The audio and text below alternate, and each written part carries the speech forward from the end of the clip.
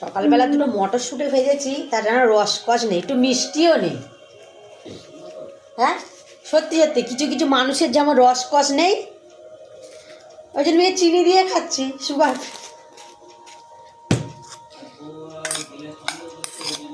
কি বিচ্ছি বাজে কথা বলো না। সকালবেলা মটরশুঁটি ভেজে নিয়েছিস।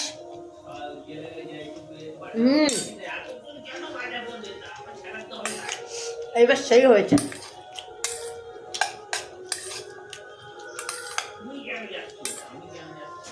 তো আমাদের এখানে শিবরাত্রি উপলক্ষে অনুষ্ঠান হচ্ছে, সবাইকে নেমন্তন্ন, চলে আসবে।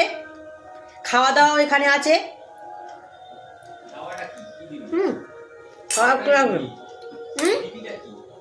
ভাত, তরকারি, ডাল। খাওয়া দাওয়া মানে ওই হলো কথা টানে বলতে বলতো, সব কথা খুব ধরো না।